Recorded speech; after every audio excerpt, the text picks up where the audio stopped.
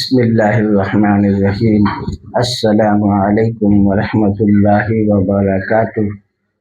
آئیے ہم اور آپ مل کر حضرت محمد صلی اللہ علیہ وسلم کی سیرت مبارکہ سماعت فرمائیں۔ ہجرت مدینہ کی ابتدا۔ قریش کو جب اس بیعت کی خبر ہوئی تو ان کے غیظ کی انتہا نہ رہی اور مسلمانوں کو تکلیف یعنی ایذا رسانی میں کوئی دقیقہ نہ چھوڑا۔ اس وقت حضرت صلی اللہ علیہ وسلم نے صحابہ کو مدینہ کی طرف ہجرت کا مشورہ دیا۔ صحابہ نے آہستہ آہستہ قریش سے خفیہ ایک دو کر کے مکہ معظمہ سے مدینہ کی طرف ہجرت کرنا شروع کر دی، یہاں تک کہ مکہ میں حضرت صلی اللہ علیہ وسلم اور حضرت ابوبکر صدیق رضی اللہ عنہ اور حضرت علی رضی اللہ عنہ اور تھوڑے سے غیر مستطیع لوگوں کے علاوہ کوئی مسلمان باقی نہ رہا۔ صدیق اکبر رضی اللہ عنہ نے بھی ہجرت کا ارادہ کیا تھا، مگر آپ نے ان کو فرمایا ابھی یہاں ٹھہرو،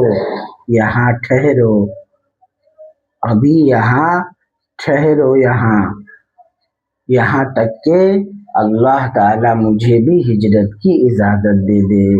صدیق اکبر رضی اللہ عنہ اس کے انتظار میں رہے اور 2 اونٹنیاں اس سفر کے لیے مہیا کی، ایک اپنے لیے اور دوسری حضرت صلی اللہ علیہ وسلم کے لیے۔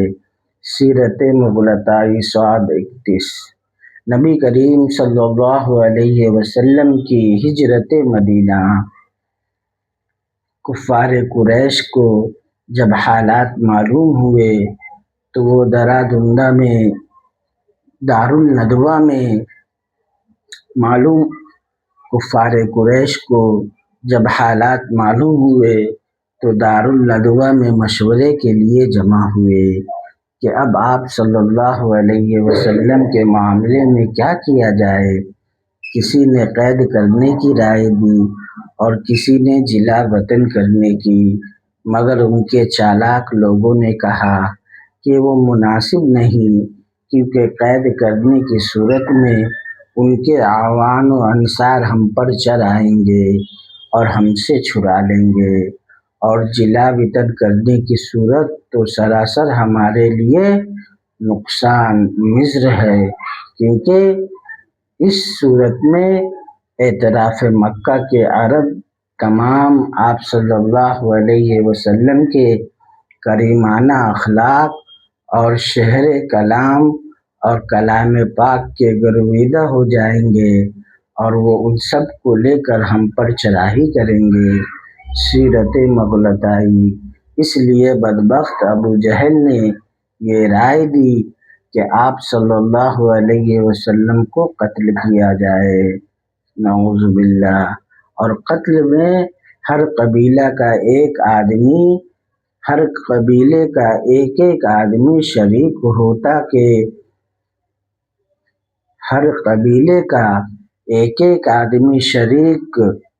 ہو تاکہ بنی عبد مناف حضرت صلی اللہ علیہ وسلم کا قبیلہ بدلہ عاجز ہو جائے، یعنی بدلہ لینے سے عاجز ہو جائے۔ سب نے اس رائے کو پسند کیا اور ہر قبیلہ کا ایک جوان اس کام کے لیے مقرر کر دیا۔ فلاح رات میں یہ کام کیا جائے۔ ادھر خداوند عالم نے آپ صلی اللہ علیہ وسلم کو ان کے مشوروں کی اطلاع دے دی اور آپ صلی اللہ علیہ وسلم کو ہجرت کا حکم فرمایا۔ جس رات میں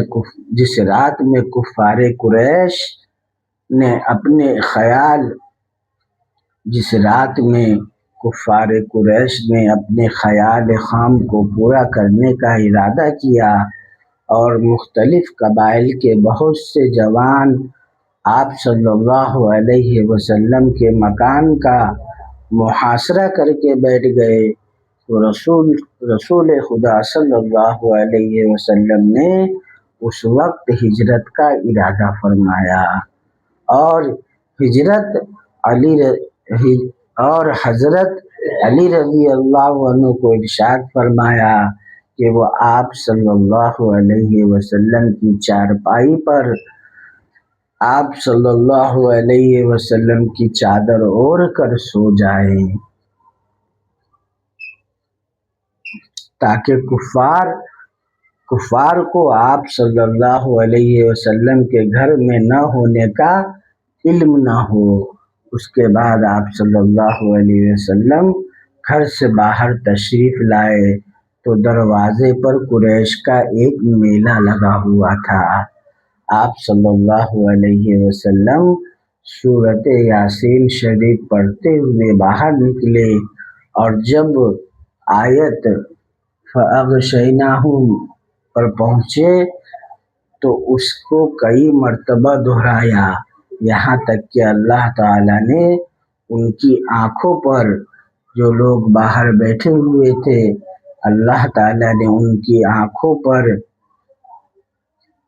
پردہ ڈال دیا اور وہ آپ صلی اللہ علیہ وسلم کو دیکھ نہ سکے، اور آپ صلی اللہ علیہ وسلم صدیق اکبر رضی اللہ عنہ کے گھر تشریف لے گئے۔ پہلے ہی سے تیار تھے اور ایک راستہ بتانے والے کو بھی اپنے ساتھ لے چلنے کے لیے تیار کر رکھا تھا۔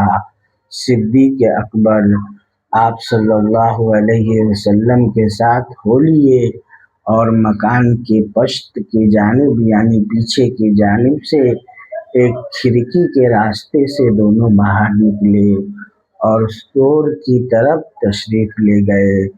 سور مکہ کے قریب ایک پہاڑ ہے، سور مکہ کے قریب ایک پہاڑ ہے۔ وما علینا الا البلاغ۔ ویڈیو اچھی لگی ہو تو دوسروں تک بھی پہنچائے اور اپنی رائے کا بھی اظہار کرے۔